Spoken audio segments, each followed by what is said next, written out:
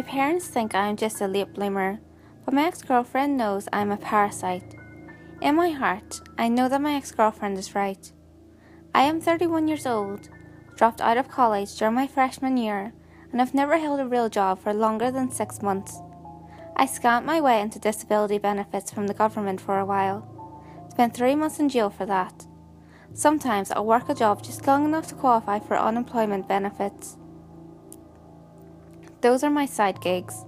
My full-time job, my bread and butter if you will, is as a professional lab rat. I travel all over the States volunteering my body for scientific studies. The pay is surprisingly good if you know how to game the system. They usually only let you participate in no more than one study a month.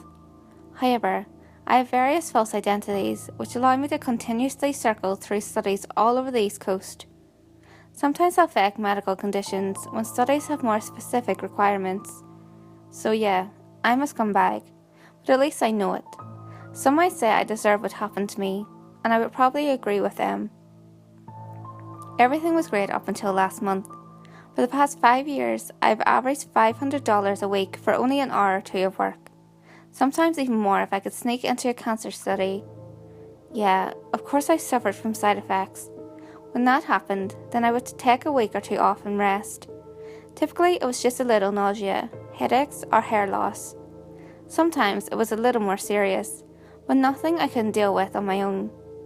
This all changed a few weeks ago when I saw an ad on Craigslist offering $1,000 for 2 days of medical tests. I immediately contacted the company and let them know I was interested. I travelled by Greyhound a few states north and then took a taxi to the address I had received from my contact. The taxi dropped me off at a decrepit building in ill repair. I began to turn around to call the taxi back, when a beautiful blonde woman stepped out of the shadows and greeted me by the false name I had given. She said with a slight German accent, "Welcome, Terry, to Mangley Medical Services, Inc." I asked, "Huh? Why are you guys located in this dump?" "We'd like to keep our overhead low so that we can pass more of our profit on to brave persons like you," she responded. She pulled out a thick roll of money, peeled off $200 bills, handed the money to me and turned around and said as she walked towards the building, "$200 up front and the rest at the end of the week. There will be 20% bonus if we achieve our goals." I pocketed the money and scurried after her. There must have been at least $5,000 in that wad of bills. I immediately began to scheme a way to get more money out of her. We walked into the building and passed a dozen empty rooms before finally entering a large, barren room with an operating table in the middle. She invited me to sit on the table, as she absent-mindedly flapped through the stack of money. I tried to act indifferent to the money, but I am sure my eyes gave me away. Eventually, a large man with ice blue eyes and spiked blonde hair sauntered into the room. He smiled widely, showing his perfect white teeth, and said, "Terry, I'm Dr. Joseph. We are so happy that you chose to partner with us here at Medical Services. Has Malachi told you what we're going to do today?" I said, "No, not yet, before he cut me off. He said, "Good, it's always easier this way." He moved with an impossible quickness and grasped my shoulders with his strong hands and said, "Your sacrifice is much appreciated, Terry. We will do what we can to ensure that you are given every chance to continue a productive life." I sat frozen in place, not sure if I could scream or laugh. Before I could do either, Malachi stepped forward and plunged his syringe deep into my neck. I desperately tried to remain conscious, but it was to no use. The last thing I remember is Dr. Joseph lowering me onto the table and saying, "Retrieve the specimen and open them both up. The liver has to be in New York within 4 hours, and the kidney needs to be in Beijing by tonight." I awoke what seemed like minutes later, but the faint moonlight shining in through the small window told me that hours had passed, and that it was now well after midnight. My entire body ached, and a sharp pain shot through my abdomen as I sat up.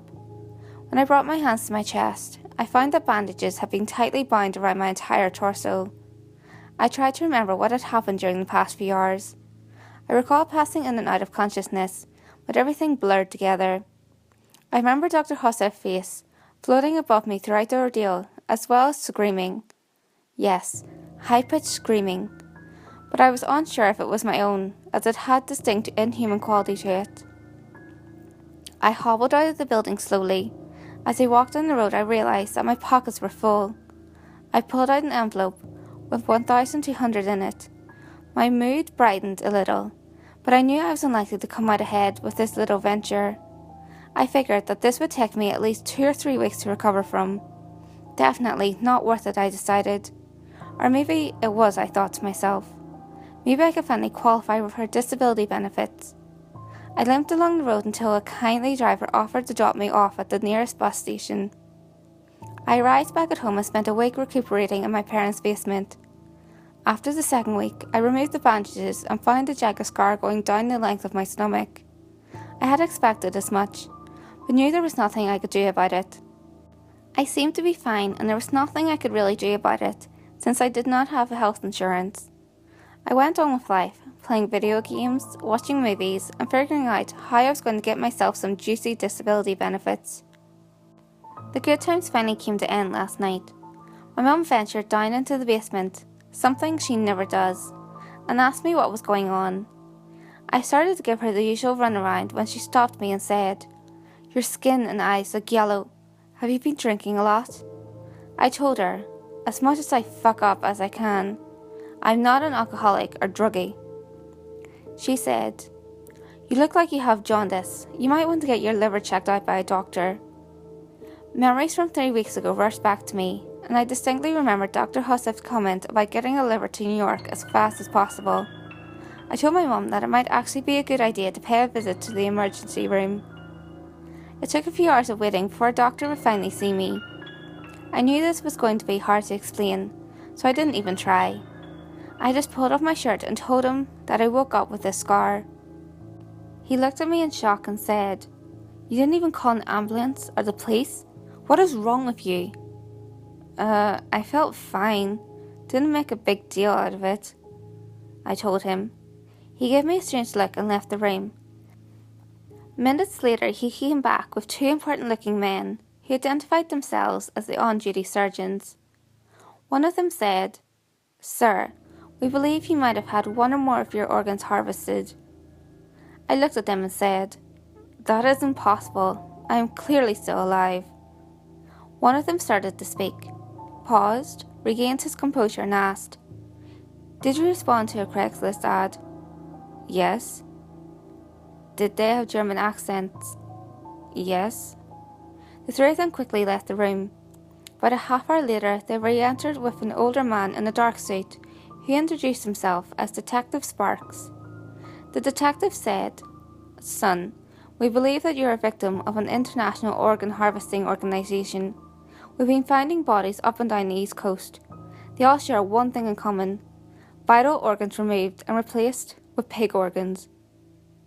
One of the doctors spoke up and said, "Usually these people don't live more than a few hours.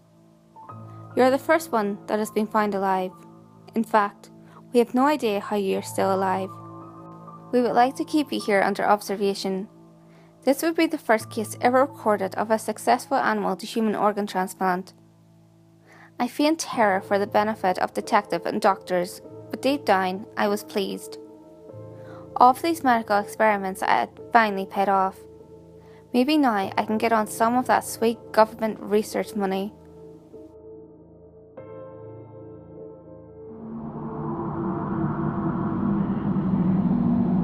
Hey guys, if you enjoyed this video, give it a thumbs up and share it with your friends. You can also leave a comment below. All feedback, good or otherwise, is always appreciated. If you have any creepy stories of your own, or have any topics that you would like me to cover, feel free to send them in via any of my social media. You can find all links to my social media in the description below. Until next time guys, make sure you lock your doors, stay safe, and I'll see you next video.